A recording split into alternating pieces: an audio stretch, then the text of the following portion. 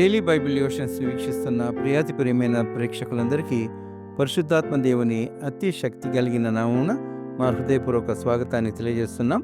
ఈ వారంలో పరిశుద్ధాత్మ దేవునిపై వినిపిస్తున్న సందేశాలలో భాగంగా ఈరోజు పరిశుద్ధాత్మను ఎదురించకుడి, do not resist the Holy Spirit అనే అంశంపై మన women's fellowship secretary doctor Mrs P Pramila Vivekanand గారు మనకు అందిస్తున్న దైవ సందేశాన్ని విందాం. సందేశానికి ముందుగా ఈ భక్తి గీతం.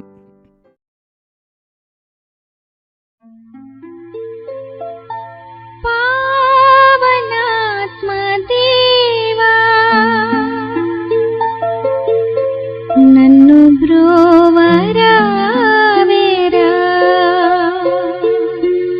నీవే నాకు మార్గమెందో కావుమయ్య యేసయ్యా.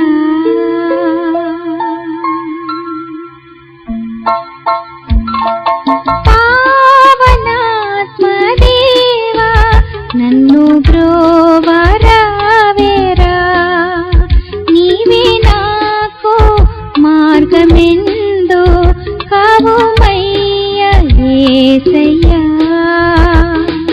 పావనాత్మ దేవా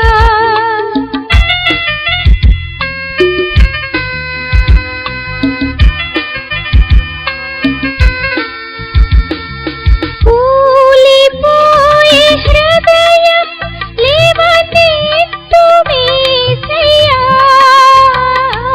కూలిపోయే హృదయం లేవనెత్తు యేసయ్యా. భావమందు నిలుపు జీవవాక్కు యేసయ్యా. భావమందు నిలుపు జీవవాక్కు యేసయ్యా. పావనాత్మ దేవా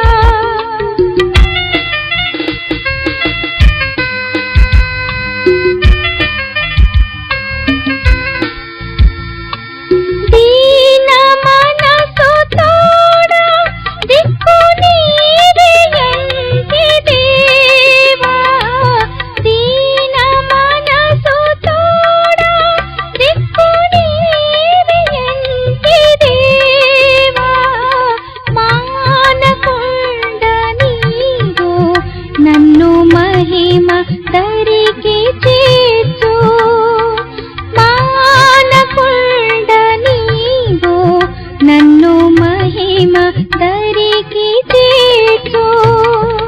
పావనాత్మ దేవా నన్ను బ్రోవరా వేరా, నీవే నాకు మార్గమెందో కావుమయ్య యేసయ్యా.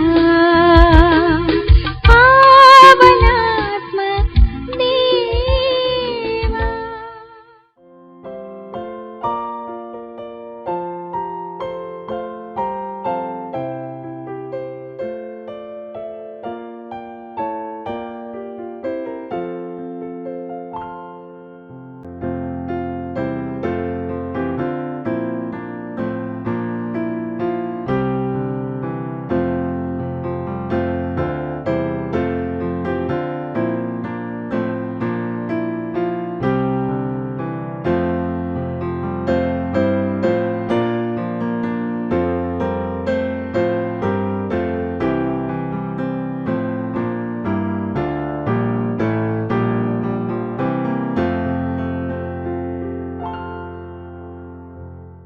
అనుదిన దైవవాక్యంను వీక్షిస్తున్నటువంటి సంఘ సభ్యులకు, విశ్వాసులకు అందరికీ ప్రభువైన యేసుక్రీస్తు నామమున శుభములు, వందనములు. చిన్న ప్రార్థన చేసుకుందామండి. కృపామయ దయగల తండ్రి, అనుదిన దైవవాక్యంను ధ్యానించుటకు తండ్రి మాకు ఇచ్చినటువంటి సమయాన్ని బట్టి మీకు స్తోత్రములు. ప్రభా పరిశుద్ధాత్మ దేవ, గొప్ప దేవ, మీకు స్తోత్రములు. ప్రభా మీ వాక్యంలో ఉండేటటువంటి ప్రతి విషయాన్ని, ప్రతి మర్మాన్ని మేము సరిగా అర్థం చేసుకొని తండ్రి మీ వాక్యానుసారంగా జీవించే ధన్యత మాకు అనుగ్రహించమని, నన్ను మీ సిలువ చాటును మరుగుపరచమని మా ప్రభువైనటువంటి యేసుక్రీస్తు పెట్టి వేడుకుంటున్నాం తండ్రి. ఆమేన్. క్రీస్తునందు ప్రియమైన వాళ్ళారా, ఈ దినము మనము పరిశుద్ధాత్మను గురించి కొన్ని విషయాలు ధ్యానించుకుందాం. అపోస్తుల కార్యము 7వ అధ్యాయం 51వ వచనం. ముష్కరులారా, హృదయములను చెవులను దేవుని వాక్యమునకు లోపరచనొల్లని వారలారా, మీ పితరుల వలె మీరును ఎల్లప్పుడూ పరిశుద్ధాత్మను ఎదిరించుచున్నారు. స్టెఫెను హతసాక్షి కాక పూర్వము పరిశుద్ధాత్మ పూర్ణుడై పరిశుద్ధాత్మను ఎదిరించకుడి అని ఉద్బోధించాడు. నాటి పితరుల వలె మీరు పరిశుద్ధాత్మను ఎదిరించుచున్నారు అని స్టెఫెను సెలవిస్తున్నాడు.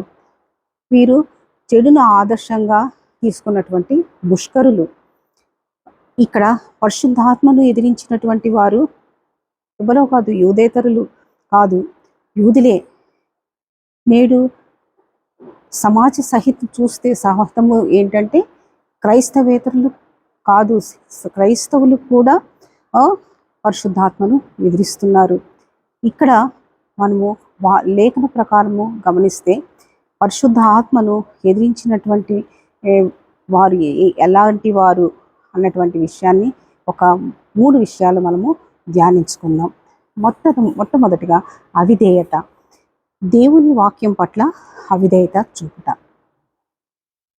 అపోస్తుల కార్యం 51వ వచనంలో మనము ఇందాక చదివాం. ముష్కరులారా, హృదయములను చెవులను దేవుని వాక్యం లోపరచ నొల్లని వారలారా. ఇక్కడ స్టెఫెను ఇశ్రాయేలుకు 2 లక్షణాలను వాళ్ళ లక్షణాలను ఎత్తి చూపిస్తున్నాడు. ముష్కరులని, హృదయము చెవులు దేవుని వాక్యమును లోపరిచి నొల్లని వారని తెలియచేస్తున్నాడు. అంటే నిజమే, దేవుడు మనకు ప్రసాదించినటువంటి చెవులను దేవుని వాక్యం కొరకు మనం వినియోగించాలి. కానీ మన హృదయం మందంగా ఉండద్దు. చెవులు దురద చెవులతో నింపబడి ఉన్నాయి. కాబట్టి ఎలాగ ఉండాలి మనము అనే దేవుని వాక్యం పట్ల విధేయత చూపించాలి. 7వ అధ్యాయం 53వ వచనంలోనే అపోస్తుల కార్యము 53వ వచనం, దేవదూతల ద్వారా నియమింపబడిన ధర్మశాస్త్రమును మీరు పొందితిరి గాని దానిని గైకొనలేదని చెప్పాను. దేవదూతల ద్వారా ధర్మశాస్త్రం మీకుంది, గైకొని ఉన్నారు, కానీ మీరు పొందారు కానీ దాన్ని గైకొనలేదు. ఎంత విచారకరము. దేవుని వాక్యంని నిర్లక్ష్య స్వభావంతో చూడకూడదు. దేవుని వాక్యమును ప్రబోధించినటువంటి స్టెఫెను హింసించి మరణం వరకు తీసుకెళ్ళి మరణానికి అప్పగించారు ఆ యూదులు, ఇశ్రాయేలు జనాంగం. దేవుని వాక్యము ఇక్కడ అవిధేయత చూపుట వలన పరిశుద్ధాత్మను వారు ఎదిరించారు. 3వదిగా హింసించారు. హింస. అపోస్తుల కార్యము 57వ అధ్యాయం 52వ వచనం చూద్దాం. మీ పితరులు ప్రవక్తలలో ఎవరిని హింసింపక ఉండిరి, ఆ నీతిమంతుని రాకను గురించి ముందు తెలిపిన వారిని చంపిరి. ఎవరిని మీరు హింసించకుండా ఉన్నారు? అందరినీ మీరు హింసించారు. వీరు ప్రవక్తల్ని హింసించి పాపం చేశారు. అంటే ప్రవక్తల్ని హింసించడం అంటే పరిశుద్ధాత్మని ఎదిరించడమే. అంటే ఇక్కడ 2 హింసలు ఉన్నాయి. శారీరకమైనటువంటి హింస, మానసికమైనటువంటి హింస. శారీరకమైనటువంటి హింస అంటే రాళ్లతో కొట్టి, ఆయుధాలతో కొట్టడం, చేతులతో కొట్టడం. మానసికమైనటువంటి హింస మాటలతో దూషించడం, ఆ తర్వాత అవహేళన చేయడం. అసలు ఆయుధము కన్నా నాలుక చాలా పదునైనది. నేడు సహితము దేవుని ప్రజలను, సేవకులను దూషిస్తున్నారు, అవమానాన్ని గురిచేస్తూ ఉన్నారు. నాటి యూదుల యొక్క శాపము, వారు ఏం చేశారు? పాపం చేసి ప్రవక్తలను, స్టెఫెన్ని హింసించడం వలన వారు పరిశుద్ధాత్మను ఎదిరించారు. చివరిగా 3వది చంపారు. చూద్దాం. వాక్యమునకు అవిధేయత చూపించారు ఫస్ట్, తర్వాత ప్రవక్తలను హింసించారు, 3వదిగా ప్రవక్త అయినటువంటి స్టెఫెన్ని చంపారు. ఈ కారణం బట్టి పరిశుద్ధాత్మను ఎదిరించారు. 52వ వచనంలోనే 2వ భాగం, ఆ నీతిమంతుని రాక గురించి ముందు తెలిపిన వారిని చంపిరి. పరిశుద్ధాత్మ అని పరిశుద్ధ ప్రవక్తలను ఎదిరించడమే కాకుండా వారిని హింసించడమే కాదు, హత్య కూడా చేశారు, హింసించారు, చంపారు. ఇశ్రాయేలుకు గద్దింపు అనేది ఇష్టం ఉండదు. తప్పు చేస్తే వారు ఏలెత్తి చూపిస్తారు, ఇది మీరు తప్పు చేశారు అని ప్రవక్తలు. కానీ ఇక్కడ మనము పాత నిబంధనలో చూస్తే సమూయేలు 2వ గ్రంథం 12వ అధ్యాయంలో దావీదు పాపం చేశాడు. నాతాను ప్రవక్తని గద్దించుతూ చెప్పాడు, నువ్వు పాపం చేశావని. ఆ విషయం 12వ అధ్యాయం 7వ వచనంలో ఆ మనుష్యుడు నువ్వే అని దావీదుని గద్దించి చెప్పాడు. కాబట్టి ఈ గద్దింపు మాటలు అనేవి కొందరికి ఇష్టం ఉండదు. ఆ కారణం చేత స్టెఫెన్ని వారు చంపేశారు, హత్య చేశారు. అందుకే 7వ అధ్యాయము 59-60 చూస్తే ప్రభువును వచ్చి మొరపెట్టుచు, యేసు ప్రభువా, నా ఆత్మను చేర్చుకొనమని స్టెఫెను పలుకుచుండగా వారు అతన్ని రాళ్లతో కొట్టిరి. అతడు మోకాళ్ళు, నీ ప్రభువా, వారి మీద ఈ పాపము మోపకమని గొప్ప శబ్దంతో పలికాను. ఈ మాట పలికి నిద్రించెను. సౌలు అతన్ని చావునకు సమ్మతించెను. ఈ చివరిగా స్టెఫెను మృతి చెందిన తరువాత చాటినటువంటి కొన్ని 3 ముఖ్యమైనటువంటి విషయాలు గమనిస్తే, స్టెఫెను 55వ వచనంలో దేవుని యొక్క మహిమను చూచాడు. దేవుని యొక్క మహిమను. అయితే అతడు పరిశుద్ధాత్మతో నిండుకుని ఆకాశం వైపు తేరి చూచి దేవుని మహిమను చూచి, దేవుని కుడిపార్శ్వమందు నిలిచియుండుట చూచి, ఆకాశము తెరవబడుటయు మనుష్య కుమారుడు దేవుని కుడిపార్శ్వమందు నిలిచియుండుటయు చూచుచున్నానని చెప్పాను. ఇక్కడ యూదులు పరిశుద్ధాత్మను తృణీకరిస్తే స్టెఫెను పరిశుద్ధాత్మతో నింపబడ్డం అనేది గొప్ప విషయం. యేసుక్రీస్తు ప్రభు దేవుని కుడిపార్శ్వమందు కూర్చొని ఉండుట చూశాడు. దేవుని చూసినట్లే క్రీస్తుని కూడా చూశాడు. కాబట్టి ఇక్కడ మనము యేసు ప్రభు వారు ఎందుకు నిలిచి ఉన్నాడు? తన సేవకుడు హతసాక్షిగా వచ్చినటువంటి స్టెఫెను వస్తున్నాడు, ఆహ్వానం పలుకుటకు లేచి నిలబడ్డాడు ప్రభువు. తర్వాత ఆకాశం తెరవబడ్డట్టు చూశాడు. బైబిల్లో అనేక మార్లు ఆకాశం తెరవబడడం అనేది మనము చూస్తున్నాము. యోహాను భక్తుడు యేసుక్రీస్తు ప్రభువుల వారికి బాప్తీసం ఇచ్చినప్పుడు ఆకాశము తెరవబడింది. స్టెఫెను మరణించినప్పుడు ఆకాశం తెరవబడింది. ఇట్లా పరలోకమును తెరవబడము అనేది పరలోకముకు చేరువ కావడం, ఎంత గొప్ప ఆహ్వానం స్టెఫెనుకి లభ్యమైంది. కాబట్టి పరిశుద్ధాత్ముడు ఒక దైవిక వ్యక్తి. క్రీస్తు ప్రభువును విశ్వసించినటువంటి మనము ఆయన్ను తృణీకరించక, ఎదిరించకుండా పరిశుద్ధాత్మ ప్రభువును మనం స్వీకరించి మనము ఆశీర్వాదాలు పొందాలి. అట్టే ఆశీర్వాదాలు, కృపలు దేవుడు మనకు, మన కుటుంబాలకు నిరంతరము అనుగ్రహించి దీవించును గాక.